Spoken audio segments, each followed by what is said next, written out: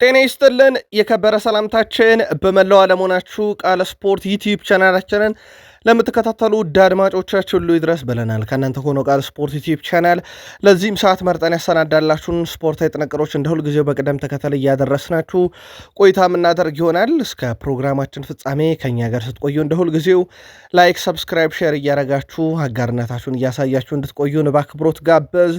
ውድ ቤተሰቦቻችን ቃል ስፖርት ዩቲዩብ ቻናል ለእናንተ ውድ አድማጮቻችን ወቅታዊ ጥንቅሮችን ከታማኝ የዜና ምንጮቻችን አረጋግጠን ይዘን መጥተናል። በታላላቆቹ የአውሮፓ ክለቦች ዝውውርን ትኩረት እናደርጋለን።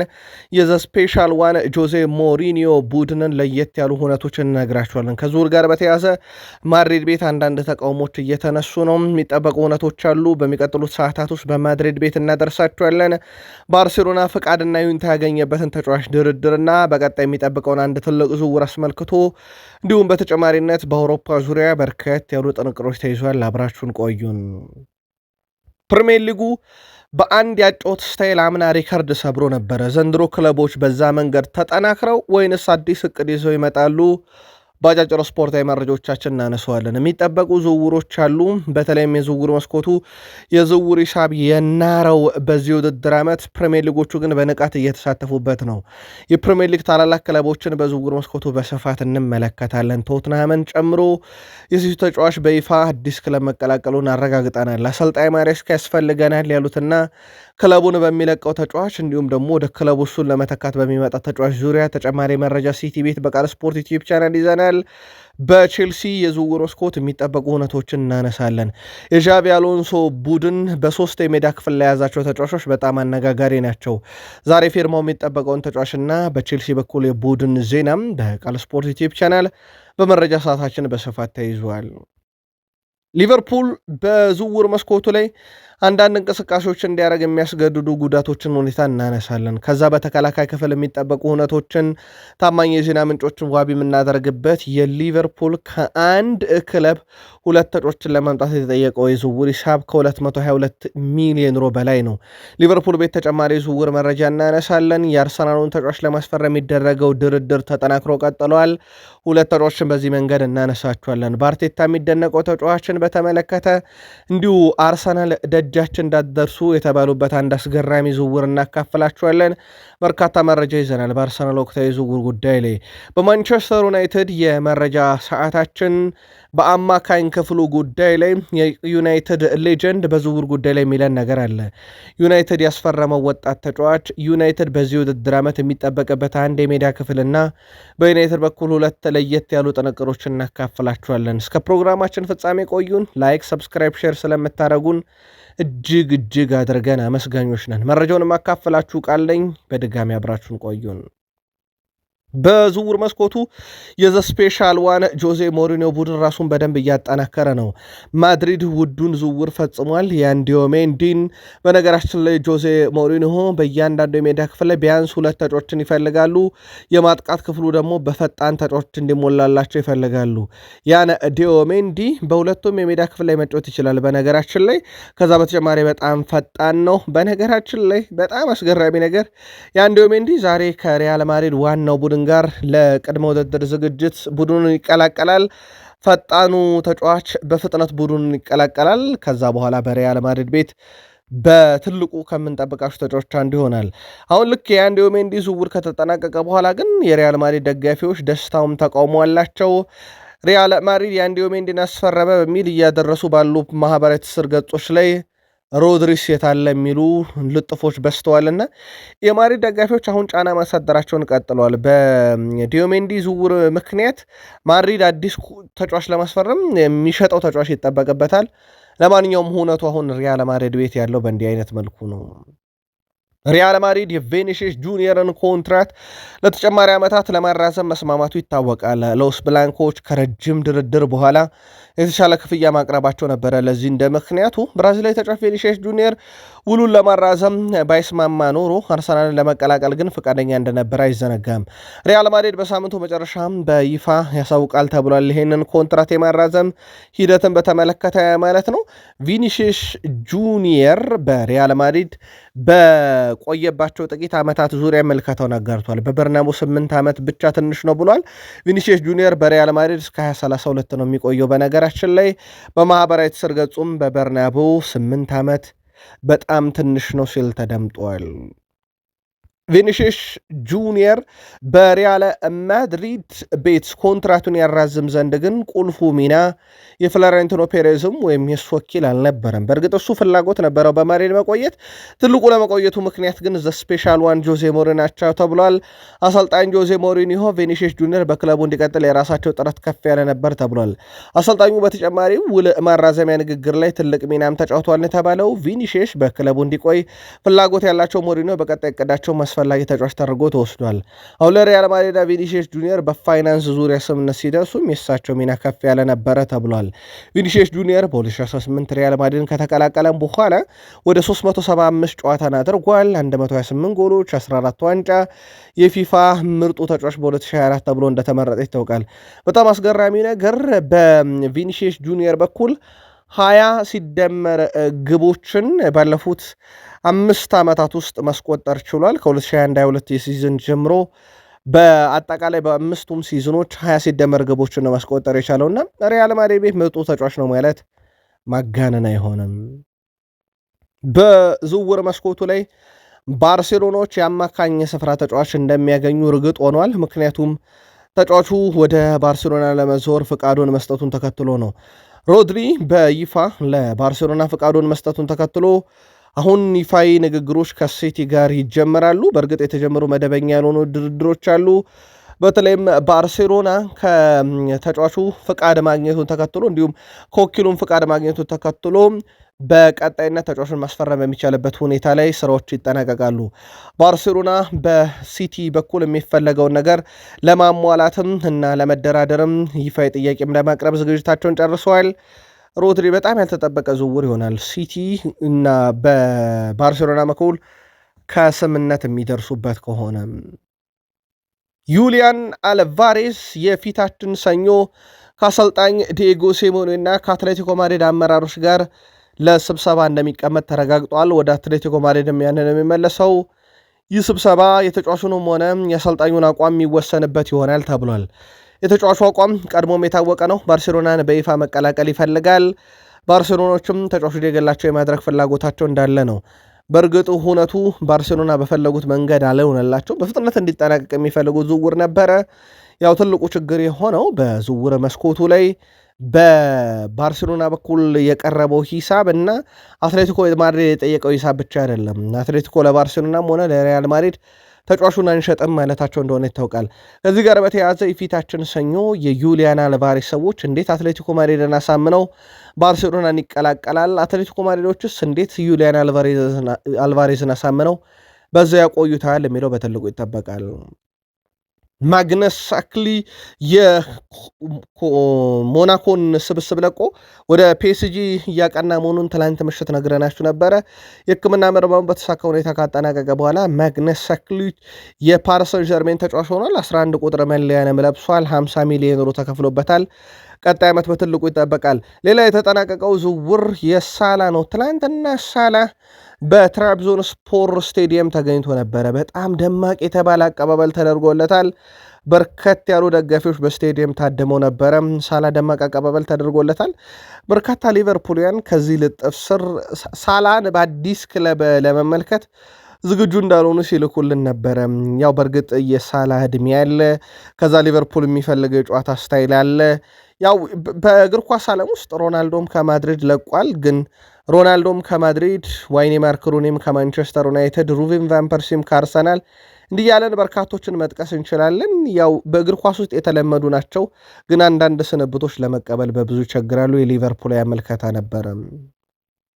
ሊዮኔል ሜሲ በእግር ኳስ ዓለም 921 ጎሎች ላይ የደረሰ ፈጣኑ ተጫዋች ሆኗል። በአሜሪካ ሜጀር ሊግ ሶከር የሊግ ካፕ ጨዋታ ጎል አስቆጠረ፣ አሲስት አደረገ። በጣም አስደናቂ ምሽት እንዳሳለፈ ትላንት ነግረናችሁ ነበረ። በሊዮኔል አንድሬስ ሜሲ በኩል በቃል ስፖርት ዩቲዩብ ቻናልም የቀረበልን አንዱ ጥያቄ ምን ያህል ግቦች ሊደረሰ የሚል ነበር። በጣም እናመሰግናለን። ሌላ አድማጭ ነው በሀሳብ መስጫ ሳጥናችን ላይ ለሌላኛው አድማጫችን ምላሹን የሰጠው። በዚሁ አጋጣሚ ከልብ እናመሰግናለን። ሊዮኔል አንድሬስ ሜሲ በኢንተር ማያሚም አጠቃላይ ወደ 106 ጨዋታ እናደርጎ 92 ጎልና 51 አሲስት አሉት። 39 ዓመቱ ነው። ሜሲ አርጅቷል አላረጀም ሌላ ጉዳይ ነው። ከቁጥር አንጻር ከሆነ ለእግር ኳስ ተጫዋች ትልቁ ዕድሜ ነው። ግን ሜዳ ላይ ከሚያሳየው ፐርፎርማንስ አንጻር የሮናልዶና የሜሲ አለማርጀት ግን በደንብ እየታየ ይመስላል። መልከታችሁን ላኩልን። ፊፋ ይቅርታ ጠይቋል። በነገራችን ላይ በይፋ 211ዱንም አባል ሀገራት ይቅርታ ጠይቋል። በሞሮኮ ራባት አስቸኳይ ስብሰባ ካደረገ በኋላ ከሰሞኑ ፊፋ ለ211ዱም አባል ሀገራት ለምን የዓለም ዋንጫን የተወሰነውን ድርሻ ለግል ባለሀብቶች አንሰጥም ብሎ ያቀረበው እቅድ ውድቅ እንደተደረገበት ይታወቃል። በርካታ ውግዘትና ተቃውሞም ቀርቦበት ነበረ።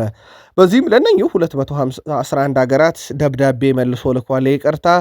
ከዚህ ጋር በተያያዘ የእንግሊዝ እግር ኳስ ፌዴሬሽን በዣኒ ኢንፋንቲኖ ላይ ያለው እምነት መሸርሸሩን ይፋ አድርጎ ለእሳቸውም ድጋፍ እንደማይሰጥ አሳውቋል። በቀጣዩ ምርጫ ላይ እሳቸው አሁን አጣብቂኝ ውስጥ ነው ያሉት። የሆነ ሰሞን ከትራምፕ ጋር በነበሩ ሰዓት ሁሉን ነገር የገዙ የመሰላቸው ዣኒ ኢንፋንቲኖ አሁን ሁሉ ነገር ከእጃቸው ወጥቷልና የእንግሊዝ እግር ኳስ ፌዴሬሽን እስካሁን ፍቃዱን ወይም ድጋፉን እንደማይገልጽላቸው ነግሯል። የአውሮፓ እግር ኳስ ማህበርም ራሴን አገላለሁ የሚለው አቋሙን በተመለከተ ይፋ የማስተባበያ ወይም ደግሞ ትተኗል የሚል መግለጫ እንዳላወጡ ይታወቃል። ከዚህ ጋር በተያያዘ ዣኒ ኢንፋንቲኖ በቀጣይነት ድጋፋቸው ሞር ከአረቡ ዓለም ከአፍሪካና ከላቲን እየጠበቁ ነው። የአውሮፓ አባል ሀገራትም ቀላል ቁጥር አይደለም ያላቸው፣ ግን ተቃውሞ እዛ አካባቢ ላይ በጣም ከፍቶባቸዋል። በሀገራት ደረጃ ማለት ነው። ምናልባት የዶላር እጥረት አለብን ያሉት አፍሪካውያንና በእሳቸው በኩል የውድድሮች አዘጋጅነት ይቸረናል ብለው እያሰቡ ያሉት የመካከለኛው ምስራቅ አረብ ሀገራት እንዴት ያለ ሁኔታ ድጋፋቸውን አጠናክረው ይቀጥላሉ የሚለው በቀጣይ እሳቸውን መንበር የሚያጸናና ቀጣዩ ምርጫ ላይ እንዲያሸንፉ ሊያገዛቸው ይችላል። የተቃውሞ ጎራ ግን ቀላል የሚባል አይደለም በእሳቸው ፕሬዚዳንታዊ ምርጫ ላይ። ቃል ስፖርት ላይ ናችሁ ውዶቻችን። የሰዓቱን የተመራረጡ ስፖርታዊ ጥንቅሮችን እያጋራናችሁ እንገኛለን። ከተወዳጁ የእንግሊዝ ፕሪሚየር ሊግ ወዳገኘናቸው ተጨማሪ መረጃዎቻችን ሻገር።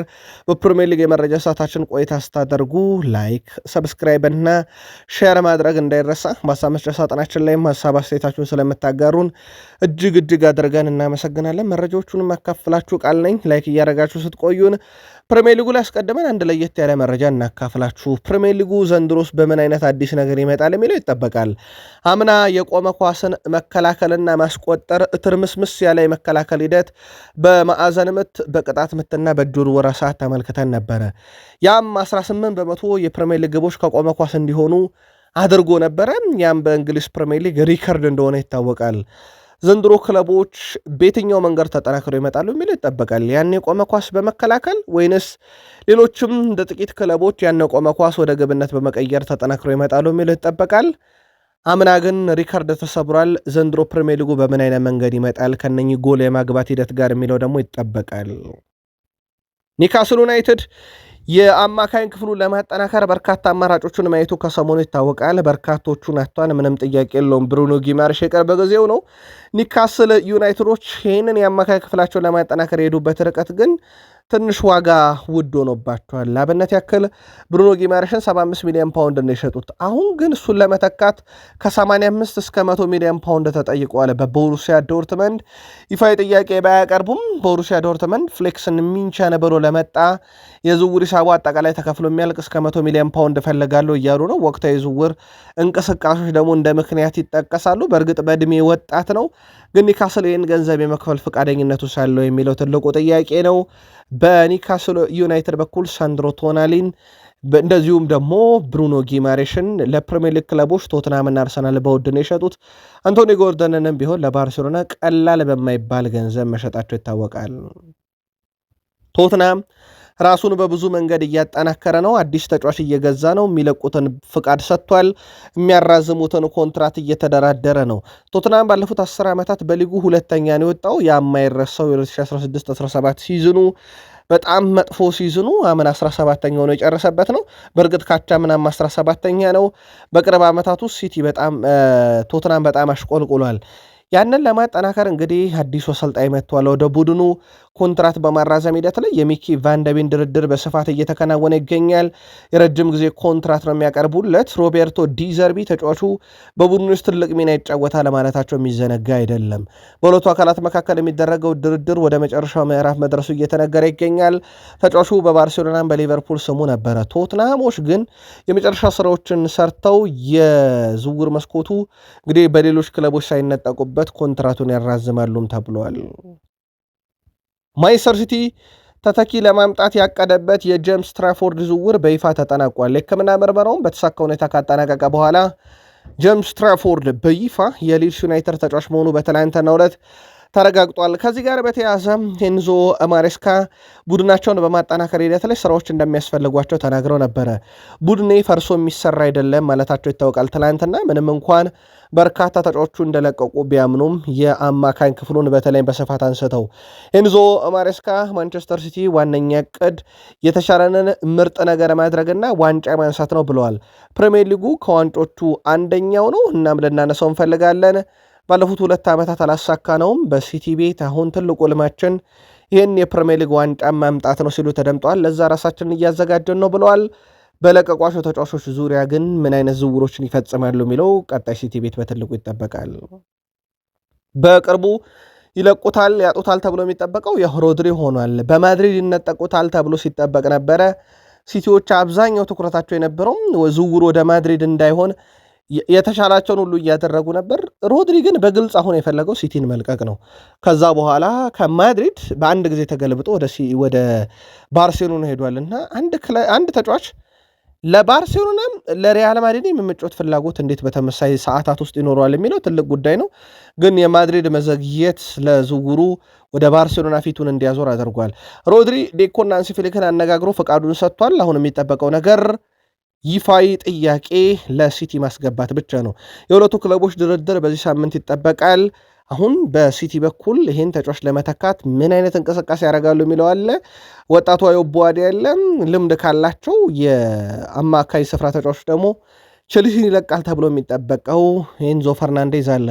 ኤንዞ ፈርናንዴዝ ዝውውር ቀላል ይሆናል ተብሎ አይታሰብም ከዝውውር ሂሳቡ አንጻር። ከዛ ውጭ ደግሞ ቼልሲ ለተቀናቃኝ ክለብ የመሸጥ ፍላጎት ውስጥ የሚለው እንዳለ ነው። እሱን ለማቆየት ዣቪ አሎንሶ ጠንካራ ስራዎችን እየሰራ ነው። ማድሪድ እሱን ለማስፈረም እንቅስቃሴ እያደረገ አይደለም። ምናልባት በተወሰነ መንገድ በጣም አስቸጋሪ ዝውውር ሊሆን ይችላል። ግን ሮድሪ ክለቡን መልቀቅ አሁን በግልጽ መፈለጉን ተከትሎ ተተኪ ፍለጋ በሲቲ በኩል ኤንዞ ፈርናንዴዝም ተይዞበታል። ቼልሲዎች ማሎ ጉስቶን በዚህ ክረምት ለመልቀቅ ፈቃደኛ እንደሆኑ ይታወቃል። 23 ዓመቱ ነው። 87 ሚሊዮን ዩሮ በላይ የተጠየቀበት ተጫዋች እንደሆነ ይታወቃል። ይህን ተጫዋች ለማስፈረም ሲቲም ፓሪስ ሰን ዠርሜን ፍላጎት አለ። በዝውውር ሂሳቡ አንስማማም ብለዋል። በቼልሲ በኩል ምን አይነት ቅናሽ ያደርጋሉ የሚለው በትልቁ ይጠበቃል። ማሎ ጉስቶ ኤንዞ ማሬስካን ተከትሎ ወደ ሲቲ የመሄድ ፍላጎት እንዳለው ግን ተረጋግጧል። ፓሪስ ሰን ዠርሜን ሁኔታዎችን በቅርበት መከታተሉም እንደተጠበቀ ሆኖ ማለት ነው። አዲስ ነገር ካለ እንከታተለዋለን። ቼልሲ በነገራችን ላይ ትልቅ ጥያቄ የሚነሳበት ቡድን ሆኗል። አሁን 41 ተጫዋቾች አሉት በዋናው ቡድን ውስጥ። ከነኛ 41 ተጫዋቾች ውድ ቤተሰቦቻችን 5ቱ ግብ ጠባቂ ናቸው፣ 9ኙ የመሃል ተከላካይ ናቸው፣ 8 አጥቂዎችን ይዟል። ቡድኑ መቀነስ ግድ ይለዋል። በጣም የተጨናነቀ ስኳድ ይዟል። እዚህ ላይ ተጫዋቾችን እያስፈረመ እንደሆነ ምንም ጥያቄ የለውም። አሁን ላይ ለገበያ ያቀረባቸው ማርጉ፣ አክሰል ዲሳሲ፣ ቤኖት ባድሻሊ፣ ጋብሪኤል ሶሎነ፣ ዴቪድ ዳትሮ ፎፋና አጥቂዎች ውስጥ ነው። ራሱ ማይካሎ ሙድሪክ ክለቡን ይለቃል ተብሎ ይጠበቃል። በውሰት የመሆን እድሉ በጣም ሰፊ ነው። ይህ ሁሉ ስብስብ የያዘው ቼልሲ በተለይም በአንድ የሜዳ ክፍል ላይ የያዛቸው ተጫዋቾች መብዛት ደግሞ በዋነኝነት ክለቡ የሆነ ተጫዋቾችን መሸጥ እንዳለበት ግድ ነው። ለአብነት ያክል የመሃል ተከላካዩ 9 ደርሷል። ዣቪ አሎንሶ ከሰሞኑ 5 እና 4 የመሃል ተከላካይ ያስፈልገኛል ብሏል። ቀሪዎቹ ያው የመሸጣቸው ነገር እርግጥ መሆኑንም የማሳያ ተደርጎ ሊወሰድ ይችላል። በቼልሲ ዝውውር ውስጥ ግን ስንብቶች ልክ እንደ ዝውውሮች ሁሉ በትልቁ ይጠበቃሉ። ምናልባት ከመጪዎቹ ጋር በተያያዘ የሪዮ ቫይካኖ የተከላካይ ስፍራ ተጫዋች የግራ ተመላላሹ ኮሪያን የሚተካው ፔፕ ቻቫሪ ያው ሁሉ ነገር ተጠናቋል። ሕክምና ምርመራውን አድርጎ ፊርማውን ማኖር ብቻ ነው የቀረው። የወረቀት ስራዎች ተጠናቀዋል። የ8 ዓመቱ የግራ ተመላላሽ 19 ሚሊዮን ዩሮ ቼልሲ ለሪዮ ቫይካኖ ከፍሎበታል። 2 ሚሊዮን ዩሮ ወደፊት ነው የሚከፍለው። ዝውውሩ ይፋ መደረግ ብቻ ነው የቀረው። የዝውውርን ጉዳይ በሰዓታት ውስጥ ይፋ እናደርግላችኋለን ለቼልሲ ደጋፊዎች። በቼልሲ በኩል ምናልባት በግብ ጠባቂ ቦታ ላይ ሮበርት ሳንቼዝ ቀጣይ ዓመት ይጠበቃል። ሮበርት ሳንቼዝ አዲሱን አሰልጣኙን አወድሷል። የእሱ አስተሳሰብ ፍጹም የተለየ ነው። በእሱ አስተሳሰብ ውስጥ መቀጠል ይኖርብናል። በቡድን ውስጥ ያለውን ጥንካሬ መልሶታል። ሁላችንም በጣም ደስተኞች ነን ብሏል። በሱ ስር በመሰልጠናችን ቀጣይ ውድድር ዓመት ትልቅ ነገር ጠብቁ እያለ ነው። በዣቪ አሎንሶ እምነት ከፍ እያለ ነው ቼልሲ ቤት። ምናልባት ተጫዋቾቹ በዚህን ያክል ደረጃ ያመኗቸው ዣቪ አሎንሶ ላይ የቼልሲ ደጋፊዎችስ መልከታችሁን በቃል ስፖርት ዩቲዩብ ቻናል አድርሱን። ቼልሲ ቤት አንድ ሰው አንስተን እንለፍ። ኤዲን ሃዛርድ በቼልሲ እግር ኳስ ውስጥ ባለፉት 20 ዓመታት ውስጥ በፍጹም ይደገማል ተብሎ ያልታሰበው ተጫዋች ሆኗል። በቼልሲ ውስጥ አንድ የዚህ ተጫዋች ለየት ያለው ነገር የድሪብል ስኬቱ ነው። ከዛ በጣም ፍሬያማ ድሪብሎች ደግሞ መጨረሻ ላይ አሲስት ይኖራቸዋል። ክለቦች ላይ ወይም ተቃራኒ ቡድን ላይ ትልቅ ጫና መፍጠር የሚችል ነው። በነገራችን ላይ 2014-15 180 ድሪብሎች በሰዓቱ በጣም ሪከርድ ናቸው። ይህ ሪከርዱ አሁንም በፕሪሚየር ሊጉ ላይ በትልቁ ይጠቀሳል። በፕሪሚየር ሊግ ስኬታማ ድሪብሎች ከሚባሉት ውስጥ ላብነት ያክል በ2016-17 143 በ2017-18 165 በ2018-19 138 የድሪብል ስኬቶቹ በትልቁ ይጠቀሱለታል። በተከታታይ ዓመታት ስኬታማው ድሪብለር ሆኖ የጨረሰባቸውም ዓመታት ነበሩ። ቼልሲ እንዲህ አይነት ተጫዋች ነው አሁን በክንፍ ቦታ ላይ ያጣው። ምናልባት ሞርጋን ሮጀርስ ይህን የማድረግ አቅም የኖረው ይሆን ወይ? በቀጣይ እንመለከተዋለን። ኮነር ብራድሊ እስከ ጥቅምት ወር ምናልባትም እስከ ህዳር ወር ድረስ ወደ ሜዳ ላይ ይመለስ ይችላል በጉዳቱ ምክንያት። አሁን ለሊቨርፑል የቀኝ ተመላላሽ ማምጣት ቅንጦት አይሆንም። ከዛ በተጨማሪ ሊቨርፑል በገበያ ውስጥ ያሉ የተከላካይ አማራጮችን እያጤነ ይገኛል። ይፋ ድርድር ባያደርግም ሊቨርፑል በተከላካይ ስፍራ የቀኝ ተመላላሽ አንዱ ነው። ሌላው የመሃል ተከላካይ እንደ ራውል አሴንሲዮን የሚያለ እየተመለከቱት ይገኛሉ። የተጫዋቹ ወኪል ከሊቨርፑል ሰዎች ጋር ስለ ዝውውሩ ውይይት ማድረጋቸው ተረጋግጧል። ሪያል ማድሪድም ተጫዋቹ ለመሸጥ ፍላጎት አለው። ጆዜ ሞሪኖ ተጫዋቹ በቅድ ውስጥ እንደሌለ ቢገልጹም አሴንሲዮ ለቦታው ለመፋለም ካለው ቁርጠኝነት አንጻር ምናልባትም ሌሎች ክለቦችን መቀላቀል በክለቡ የመጨረሻውን ግፊት እየጠበቀ ይመስላል። ሊቨርፑል ሁኔታውን እየተከታተለ ነው። ሊቨርፑል የተከላካይ ክፍሉን ማጠናከር ግን በዚህ ክረምት ግድ የሚለው ሆኗል። ሊቨርፑል በዚህ የዝውውር መስኮት ጠንካራ ስራዎችን ይሰራበታል የተባለው ሁለቱን የፓሪሰን ጀርሜን ተጫዋቾችን ማምጣት ነው። ብራድሌ ባርኮላን እና መባየን ነው። አሁን ለሊቨርፑል በጣም አሳሳቢ ነገር አጠቃላይ ፓሪሰን ጀርሜን እየተደራደረ ያለበት የዝውውር ሂሳብ ለሊቨርፑል በጣም አስቸጋሪ ነው። 220 ሚሊዮን ዩሮ አጠቃላይ ክፍያ ለሁለቱ ይጠይቃል ፓሪሰን ጀርሜን። ሊቨርፑል ደግሞ ሁለቱንም ለማስፈረም በሚያደርገው ጥረት ላይ እስከ 150 ሚሊዮን ዩሮ ሁለቱንም ዝውውር መጨረስ ይፈልጋልና በጣም ሰፊ ልዩነት አለ በፓሪስ ሰን ጀርሜን እና በሊቨርፑል መካከል። አሁን ጥሩነቱ ብራድሌ ባርኮላ ምባይም በግል በመረ ደረጃ ሊቨርፑልን የመቀላቀል ፍላጎት አላቸው። በሊቨርፑል ፕሮጀክት ደስተኛ ናቸው። ምናልባት የዝውውር ሂሳቡን በድርድር ሊቨርፑል የማስቀነስ አቅሙና ሁለት ተጫዋቾች ራሳቸው ፓሪስ ሰን ጀርሜን ላይ የሚያሳድሩት ጫና ዝውውሩ በፍጥነት እንዲፈጸም ሊያደርግ ይችላል። ፋብሪዞ ሮማኖ ግን ሊቨርፑል ሁለቱንም ተጫዋቾች የግሉ የማድረግ ፍላጎቱ አሁንም እንደተጠበቀ ነው የሚል መረጃን ይዞ ወጥቷል። የሊቨርፑል የክሎፕን ቡድን ካስታወሳችሁት መጀመሪያ ክሎፕ ሊቨርፑልን በያዙበት ወቅት ላይ በጣም አደገኛ ጨዋታዎችን ይጫወት ነበር። በጣም ፈጣን ነበረ። ፕረስ ያደርግ ወይም ተቃራኒ ቡድንን ኳስ ለመቀማት በጣም ፈጣን የመልሶ መከላከል ሂደትን ያስመለከተን ነበር። ፕረሶቹ በጣም አደገኛ ነበሩ እና የኢራኦላ ማጫወት በጣም ያ አይነት ነው። ያኔ ካስታወሳችሁ የክሎፕ ቡድን በጣም ዛለ፣ በጣም ደከመ። ከዛ በኋላ እሳቸው እንደዛ እየተጫወተ ዋንጫ የማይበላ ቡድን ሲባሉ የጨዋታ ስታይላቸውን ቀይረው መጥተው ነበረ በጥቂት ዓመታት ውስጥ። የኢራኦላም ቡድን እንደዛ አይነት ነው። ተጫዋቾች አቅማቸውን አሟጠው እንዲጠቀሙ የሚያደርግ ነው።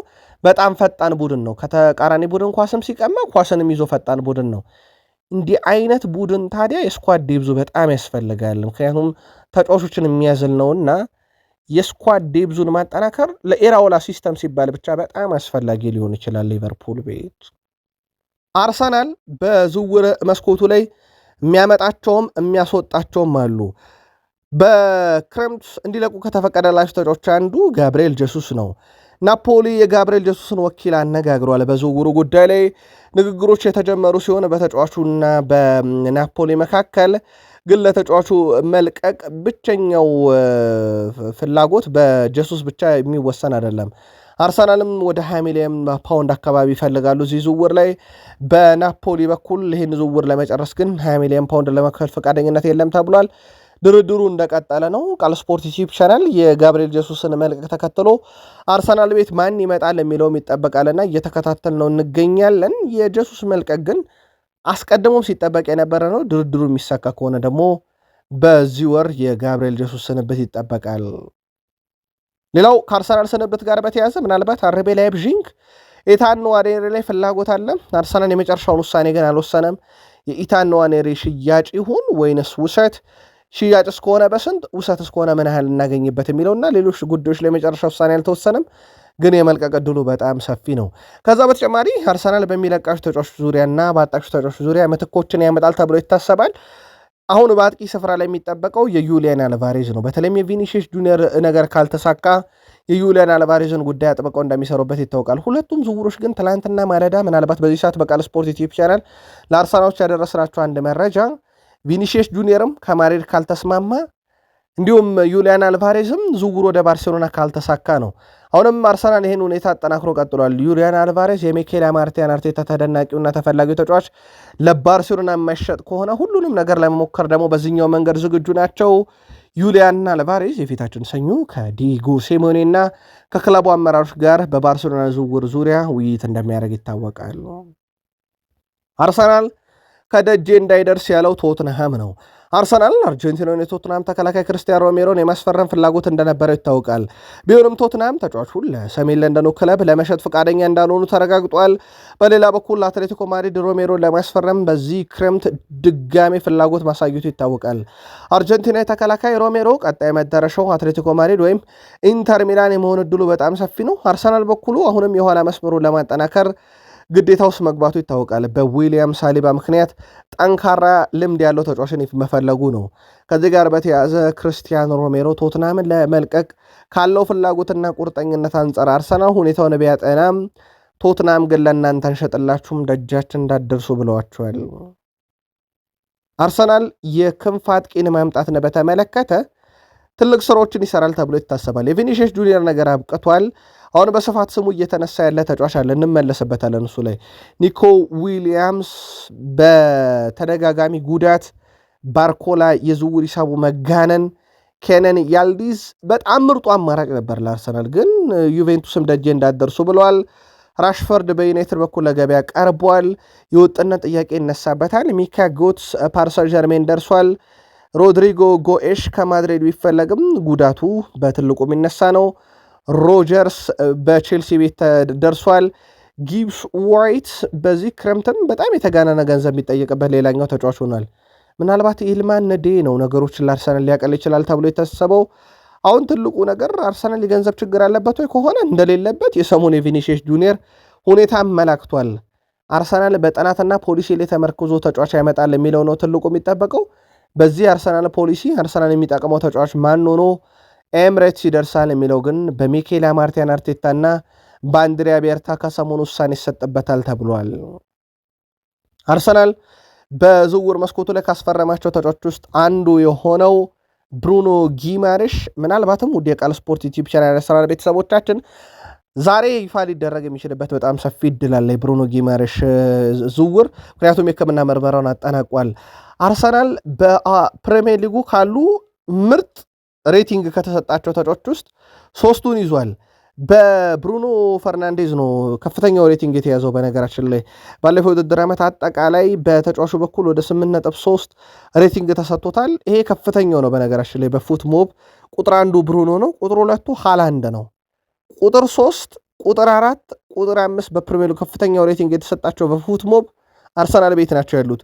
ሁለቱ እዛው እያሉ ናቸው፣ ዴክላን ራይስ እና ቡካዮ ሳካ። አንደኛው ኒካስል እያለ ያገኘው ብሩኖ ተቀላቅሏልና አርሰናል እንዴት ያለ ምርጥ ተጫዋች አስፈርሟል የሚለውን ሌላ ማረጋገጫ ሊሆን ይችላል። ዛሬ ምናልባት ይፋ ሊደረግ ይችላል። ሪያል ማድሪድ ሮድሪ ላይ በጣም ዘግይቷል። በእርግጥ ፍሎሬንቲኖ ፔሬዝ ሳያምኑበት በደጋፊ ጫና የገቡበት የዝውውር እንቅስቃሴ ነበረ። አሁንም በእርግጥ ጫናው ድጋሚ መጥቷል።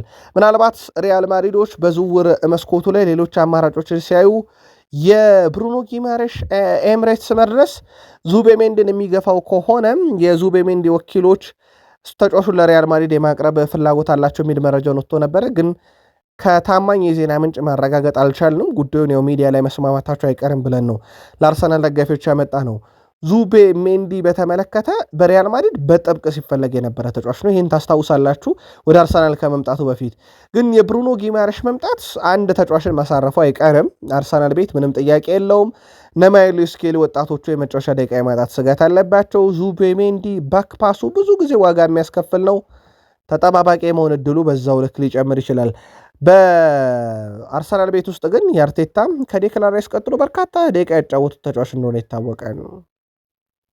ቡካዮ ሳካ በአርሰናል ቤት በጣም ፒኩ ላይ ደርሶ የተመለከትነው 2023/24 ነው። 34 የግብ አስተዋጽኦ ነበረው። ከዛ በኋላ በ2024/25 ነበረም ወደ 9 የግብ አስተዋጽኦ ቀንሶበት ነበር። አምና ግን ወደ 18 የግብ አስተዋጽኦ ብቻ ነው፣ 20 እንኳን አልደፈነም። ትንሽ እየወረደ መጥቷል። ቡካዮ ሳካ ባለፉት 2 ዓመታት ቁጥሮቹ እየቀነሱ መጥተዋል። ከዚህ ጋር በተያያዘ ውድ ቤተሰቦቻችን በቡካዮ ሳካ በኩል አምና የገጠመው የጉዳት ሁኔታ ለዚህ እንደ ምክንያት እየተጠቀሰ ነው። ባለፉት 3 የውድድር ዘመናትም ከፍተኛው ሬቲንግ ያገኘ የአርሰናል ተጫዋች ነው፣ ምንም ጥያቄ የለውም። ቡካዮ ሳካ ዘንድሮ በትልቁ ይጠበቃል። ከጉዳቱ በብዙ ሁኔታ ማገገሙም ተነግሯል። በማንቸስተር ዩናይትድ በኩል የአማካይ ክፍሉን ማጠናከር ሁኔታ ያው አንድ ተጫዋች አስፈርማለሁ ስላለ ዩናይትድ እስካላስፈረመ ድረስ ስሙ ከበርካታ አማካይ ስፍራ ተጫዋች ጋር መነሳቱ የሚቀር አይደለም። በጋሪ ኔቭል በኩል ማይክል ካሪክ ከካርሎስ ባሌባ ይልቅ ለምን ኦሪዮል ቹዋሜኒን እንደሚመርጥ በስሜት ማስረዳት ጀምሯል። በነገራችን ላይ የቀድሞ የማን ዩናይትድ ግብ ጠባቂና አሁን የማይሰር ዩናይትድ ተጫዋችና አሁን ስካይ ስፖርት ተንታኝ የሆነው ጋሪ ኔቭል ማይክል ካሪክ ከካርሎስ ባሌባ ይልቅ ለምን ኦሪዮል ቹዋሜኒን እንደሚመርጥ ሲያስረዳ በቅርቡ ለማይክል ካሪክ እጅግ ቅርብ ከሆነ ሰው ጋር ሳወራ ነበረ። ለምን ካሪክ እንደ ባሌባ ካለ ተጫዋች ይልቅ ቹዋሜኒን አብዝቶ ይፈልጋል ብዬ ጠየቅኩት። ሰውየው ቅንጣት ታክል ሳያመነታ እንዲህ ሲል መለሰልኝ። ምክንያቱም ባሌባ ድንቅ ተጫዋች ስላልሆነ አይደለም፣ ይልቁንም ቹዋሜኒ በእግር ኳስ ዓለም እጅግ ግዙፍ የሚባሉ ጨዋታዎችን እንዴት መቆጣጠር እንደሚችል በሪያል ማድሪድ ተጫውቷል። የኦሪዮል ቹዋሜኒ ልምድ ከፍ ያለ ነው። ጫናዎችን በደንብ ተቋቁሟል። በሪያል ማድሪድ ሲጫወት በርካታ ፈተናዎችን፣ በርካታ ትልልቅ አጋጣሚዎችን ተፋልሟልና ካሪክ የተጫዋቹን ተሰጥኦ ብቻ ሳይሆን አስተማማኝነቱንም ጭምር ነው የገመገመው። ባሌባ እጅግ ግዙፍ አቅም ያለውና ወደፊት አውሮፓ ውስጥ ከሚገኙ ምርጥ አማካዮች አንዱ ሊሆን እንደሚችል የጠቆመው እሱ ግን ቹዋሜኒ ግን ዛሬ ላይ የምትፈልገውን ነገር ሁሉ ይሰጣልና ማይክል ካሪክ ለምን በትልቅ ደረጃ ለመወዳደር ለሚያስብ ቡድን ከባሌባ ይልቅ ኦሪዮል ቹዋሜኒ መረጠ ለሚለው ነገር አሁን ሁኔታው ገብቶኛል እያለ ነው። እና በእርግጥ ምንም ጥያቄ የለውም እንደ ቹዋሜኒ ያለ በትልቅ ደረጃ የተጫወተን ተጫዋች ማምጣትና ባሌባ በብራይተን የተጫወተን ተጫዋች ማምጣት መሃል ልዩነት አለ። ትልቁ ነገር ግን ውድ ቤተሰቦቻችን ሪያል ማድሪድ ይሄን መረጃ እስካጠናቀርንበት ሰዓት ድረስ ቹዋሜኒን ለመልቀቅ ምንም አይነት ፈቃደኝነት አላሳየም። በማንቸስተር ዩናይትድም በኩል በባሌባ ጉዳት ምክንያት ባሌባ ላይ ከዚህ በኋላ እንደማይሳተፍ ይታወቃል። ዩናይትድ ዝውውር ግድ ይለዋል። ባለፉት 10 ዓመታት ውስጥ የዩናይትድ ትልቁ ደረጃ 2ኛ ሆኖ ያጠናቀቀው የውድድር ዓመት ነው ማንቸስተር ዩናይትድ። ከዛ ውጪ 15ኛ ሆኖ ማጠናቀቁ የሚዘነጋ አይደለም። ዋንጫ እንዳላነሳ ይታወቃል የፕሪሚየር ሊግን እና ዩናይትድ ዝውውር ግድ ይለዋል። በማንቸስተር ዩናይትድ በኩል ምናልባት በዚህ ዓመት ራሱን በምን አይነት መንገድ አዘጋጀ በውድድር ዓመቱ እንግዲህ ጠንካራ ሆኖ ለመጨረስ አንድሬ ሳንቶስን 50 ሚሊዮን ፓውንድ፣ ዩሪ ቴሌማንስን 35 ሚሊዮን ፓውንድ፣ ታይናን ታምሶንን 8 ሚሊዮን ፓውንድ በዋናው ቡድን ሊጫወቱ የሚችሉ ናቸው። ካርል ዳሮን በነፃ ማስፈረሙ የሚዘነጋ አይደለም። ማንቸስተር ዩናይትድ በማንቸስተር ዩናይትድ በኩል ቀጣይ ዝውውሮች ግን አሁንም በዋና ቡድን መጫወት የሚችል በጣም ጥራት ያለው ሞር ደግሞ በአማካኝ ክፍልና በግራ ተመላላሽ ቦታ ላይ በዩናይትድ ቤት በትልቁ የሚጠበቁ ዝውውሮች እንዳሉ ይታወቃል። ዩናይትድ በይፋ ተጫዋች አስፈርሟል። ማንቸስተር ዩናይትድ ኮሎምቢያዊን ወጣት ተከላካይ አማካኝ ክርስቲያን ኦሮዝኮን ነው ማስፈረም የቻለው። ማንቸስተር ዩናይትድ ተጫዋቹ ከዚህ በፊት የቅድመ ኮንትራት አስፈርሞት እንደነበረም ይታወቃል። ተጫዋቹ አሁን ላይ 18 ዓመት የሞላው መሆኑን ተከትሎ በይፋ ለማንቸስተር ዩናይትድ ኮንትራቱን አኑሯል። ኦርዞኮ ባለፈው ዓመት የኮሎምቢያ ከ17 ዓመት በታች ብሔራዊ ቡድን በአምበልነት እየመራ ለደቡብ አሜሪካ ሻምፒዮንሺፕ ፍጻሜ አደርሷል። አሁን በማንቸስተር ዩናይትድ በዋናው ቡድን ይጫወታል ወይንስ ማንቸስተር ዩናይትድ በውሰት ይሰጠዋል ወይንስ በአካዳሚ የሚለው ይጠበቃል። ማንቸስተር ዩናይትድ ተጫዋቹን ሲያስፈርመው የተከላካይ አማካይ ነው። ያ ማለት በሚና ደረጃ ካዜሜሮን የሚተካ ነው። በ18 ዓመቱ እንዲህ አይነት ትልቅ ሚና ወስዶ ከላቲን የመጣ ተጫዋች በፕሪሚየር ሊግ ይጫወታል በጣም አጠራጣሪ ነውና ምናልባት በዋናው ቡድን የሚጫወትበት እድል ቢኖርም ግን ማንቸስተር ዩናይትድ ዋና ተጫዋቹ አድርጎ የአማካይ ክፍሉን ዝውውር ጨርሻለሁ የሚልበት ግን እንዳልሆነም ጥርጥር የለውም። የግራ ተመላላሽ ቦታ በማንቸስተር ዩናይትድ አሁን ዋና በዝውውር መስኮቱ ላይ የሚንቀሳቀሱበት ነው። ግን ዩናይትድ እቅድ 2 አለው። እቅድ 2 ምን እንደሆነ እንነግራቸዋለን። እቅድ 1 ላይ ተጫዋች ማምጣት በሚለው ሂደት ላይ 2 ዝውውሮች አልተሳኩለትም ለዩናይትድ። ሉዊስ ሆል በኒካስል ዩናይትድ አቋም ምክንያት ተጫዋቹን አንሸጥም፣ ከሸጥንም በጣም ትልቅ ገንዘብ።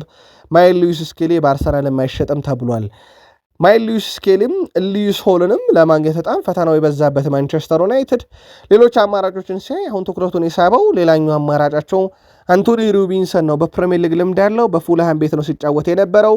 በዩናይትድ ዝርዝር ውስጥ ተይዟል። ከሰሞኑ ድርድር ሊደረግበት ይችላል። ምናልባት ከሂሳብም አንጻር ከኒካስል ዩናይትድ ሉዊስ ሆልም ከጠየቀው በታች ሆኖ የሚቀርብ አይነት ተጫዋች ነው። አርሰናልን በአስገዳጅ ሁኔታ ቢሸጠው በነገራችን ላይ የማይል ሉዊስ ስኬሊ ዝውውር በጣም ውድ የሚባል ነው። ስለዚህ ማንቸስተር ዩናይትድ ሉዊስ ሆልን ሊያገኝ የሚችልበት እድል አሁን በስፋት አለና ትኩረታቸው ወደዛ ሆኗል። እንደ ማንቸስተር ዩናይትድ ያለ ትልቅ ክለብ ይፋ የዝውውር ጥያቄ ሲያቀርብልኝ ውድቅ ማድረግ ወይም እምቢ ማለት ፈጽሞ የማይታሰብ ነው ይላል ሩበን ቫን ፐርሲ። ረጅሙ የእግር ኳስ ሕይወቱ በአርሰናል ቢሆንም ዋንጫን ያሳካው በዩናይትድ መሆኑን ተከትሎ ብዙ ጊዜ ይሄንን ደጋግሞ ያነሰዋል። የዩናይትድን ጥያቄ የተቀበለበት ዋና ምክንያት ከዋንጫ ጋር የተያዘ መሆኑን ያነሳል።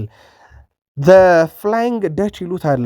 የዓለም ዋንጫ ላይ ያስቆጠራት ስፔን ላይ በጭንቅላቱ ያስቆጠራት ኳስ መቼ የምትረሳ አይደለችም እና ከዛ በኋላ ቀጥል ስሙ የሩበን ቫን ፐርሲ ፍላይንግ ደችማን ይሉታል። በዛሬው ዕለት 43 ዓመት ሞልቶታል። ፍላይንግ ደችማን የቀድሞ የዩናይትድ 20ኛ የፕሪሚየር ሊግ ዋንጫ መገኘት ምክንያት 596 ጨዋታን ተጫውተዋል። 274 ጎል፣ 98 አሲስት ያለው አንድ ፕሪሚየር ሊግ ከዩናይትድ ጋር ኤፍኤ ካፕ ኮምፒቲሽን የዋንጫ ማንሳት ሂደት ውስጥ የተሳተፈባቸው ናቸው።